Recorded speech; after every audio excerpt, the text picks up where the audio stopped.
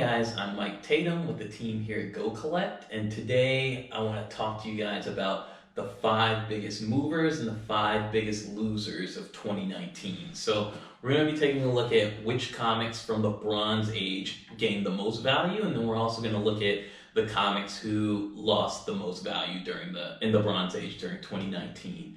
And so we're going to use a 6.0 universal grade as kind of a baseline, so it makes it easy to kind of go through the data and really dive into these comics. So with that said, excited to jump right in. So we're going to start off with the biggest movers, so the ones that have gained the most value. And we're going to start with number 5.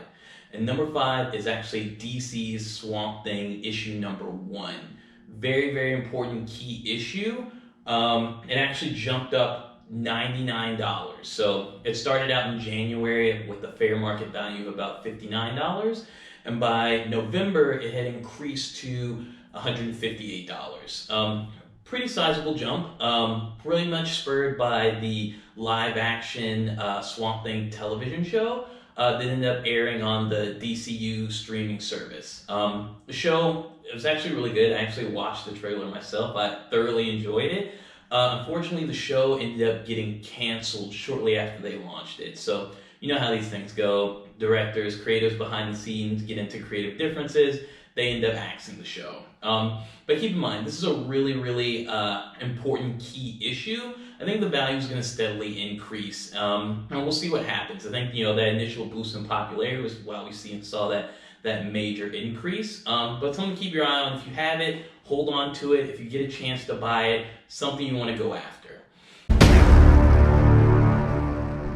So moving on, we'll jump into number 4, which is Marvel's Werewolf by Night, number 32, which was the first appearance in the origin of Moon Knight, which is a very, very fun character. People describe him as Batman with multiple personality disorder. Really a fun character to kind of play around with. And so that particular issue's value jumped an entire $130 from $628 in January to November. It already skyrocketed to $758 fair market value. So a pretty sizable jump there, really spurred by the announcement at D23 Expo in August that there was going to be a Moon Knight show coming to the Disney Plus service. So really big announcement there, kind of generated brand new interest in this character and his story. So a nice jump there, a really nice key issue to hold on to as well. We'll kind of see where this goes. Once the show gets up and running and people, it increased popularity, it's something you can kind of see that increase further as well too.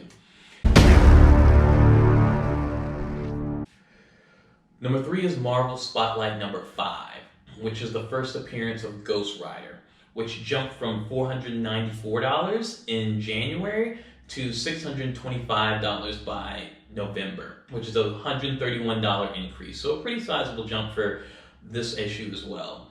And this was spurred mainly by the rumors that a new Ghost Rider movie or television show would be coming. And so something you'll want to keep your eye on. I think the rumors kind of push that value, and we'll see if there is confirmation on that movie or TV show, expect to see the value of this book continue to increase as it generates fresh interest and brings in more value for this particular book. Number 2 is Marvel's Tomb of Dracula number 10, which is the first appearance of Blade. Really fun character. Obviously, there have been several Blade movies, and it's been a while since the mass market has been introduced to Blade. So we saw the January price jump from $325 all the way up to $685 by November, which is a $360 increase, which was spurred by the announcement of the new Blade movie at the San Diego Comic-Con. So huge announcement. People are very excited about it. We have confirmation on that movie, so it gave that issue a huge boost in its value, and expect that to only increase as production kind of gets in the swing of things. They begin marketing it more. So this is a very, very good issue. If you have it right now, hold on to it, because I think that value is going to go up. And if you have an opportunity to get it before it really gets into the marketing of the movie and that value kind of creeps up even more, go out and grab that one. And so number 1 is Marvel's Giant X-Men issue number 1. I know you guys are very familiar with this one. This is the first appearance of the new X-Men. So Colossus, Storm, Nightcrawler, and Thunderbird. Really important key issue. Jumped up an entire $580 over the course of this year. So in January, it started at a fair market value of about $823.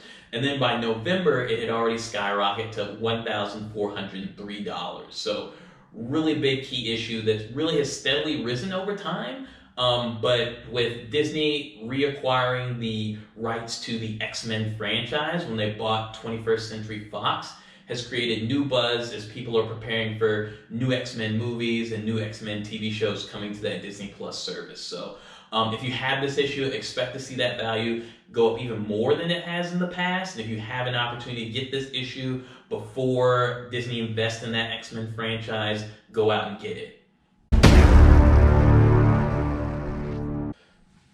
And so now we're going to shift gears and talk about the 5 biggest losers. So the comics that lost value in 2019. And so we're going to start with number 5, which is DC's Batman number 251, which had that classic Neil Adams Joker cover. At the end of the issue dropped $26 over the course of the year. So it actually started at $310 in January, and by November it had dropped down to $284. So with the announcement and the release of the Joker movie, gave it a little bit of an increase, kind of an interest in Joker as a character within the DC universe. But what happened is people actually were chasing other key issues of the Joker, which caused this one to, drop in price a little bit just because people weren't interested in that specific issue of the Joker. But still a very important key issue to hold on to. In the future, there's more Joker movies that increase, more interest. There's a good opportunity this price could come up, and we could talk about this as one of the biggest movers next year. Coming in at number 4 is Marvel's Iron Man number 55. And so this is the first appearance of Thanos. Fun fact, I actually dressed up as Thanos for Halloween. Very, very big fan of the character. So this comic dropped $35 over the course of the year. So in January it started at $550, and by November it had dropped to $515. And after Avengers Endgame and the end of that whole Infinity Gauntlet saga within the movie theaters kind of died down, interest in Thanos as a character really started to decline. And that's why you're probably seeing this drop in the value. I think, people got that nice, neat ending to that whole Avengers and kind of Thanos' presence in the mass market, and kind of, people are kind of over it and moving on to the next thing. And so number 3 is Marvel's Hero for Hire issue number 1, which is a fun issue because it was the first appearance in the origin of Luke Cage. This issue in particular dropped $44 over the course of the year. From January, it started at $220, and then by November, it decreased to $176. There was the Luke Cage, Netflix show. If you guys never got to see it, it was pretty good. Netflix, ended up canceling it. And so I think that, taking it away with no plans to resurrect it on Disney Plus kind of, declined in interest in that particular comic. And the series in general. So don't expect it to be like some massive decline. I think, we'll see what happens in the future. There's just no plans to resurrect the Luke Cage show, or, whether or not he's going to be integrating other content by Disney on Disney Plus or in theaters. So another good issue to hold on to, kind of see where it goes, see what media is announced around it, and could generate some fresh interest. Next, we're going to jump into number 2, which is Marvel's Miss Marvel number 1.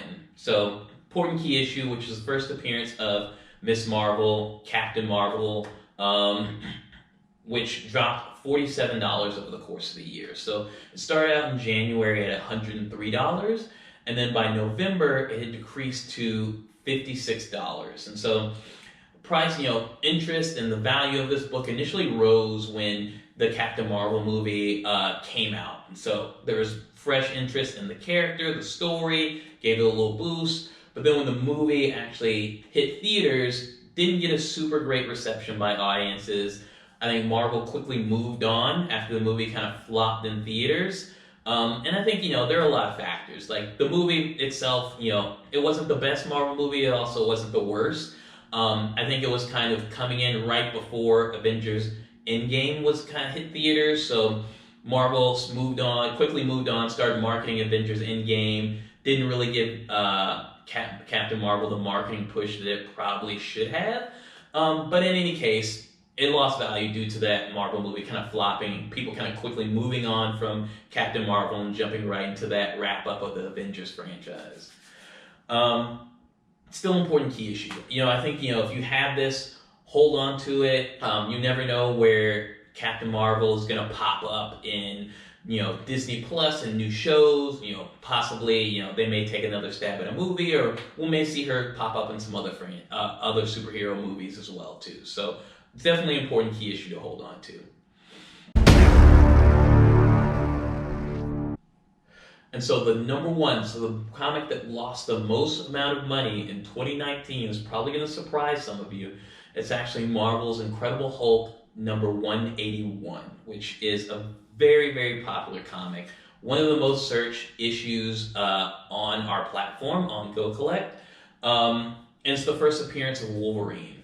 So this comic dropped $87 over the course of 2019. A big factor here is the book isn't cheap. So November fair market value on it was $2,382. So it's an expensive book. So not a lot of people are out there searching for it. Like the big core of, casual comic collectors aren't throwing out $2,000 something on a book. So it doesn't necessarily have the interest of a lot of the other books that we mentioned earlier. They're in the few $100 range. And so that's kind of why you see the price regress a little bit. Nonetheless, exciting news about this is kind of going into next year. There was a new Wolverine comic series announced at New York Comic Con, which I think is going to help boost this book's value. And you're also, like I mentioned before, Disney reacquiring the rights to the X-Men franchise when it bought 21st Century Fox. Probably means we're going to see some new X-Men shows or movies, which are also going to kind of propel that price upwards. So if you do have an issue of Hulk 181, it's you're in a really good place in terms of value. I think it's only going to increase. And so I'm excited to see what happens with that one going into 2020.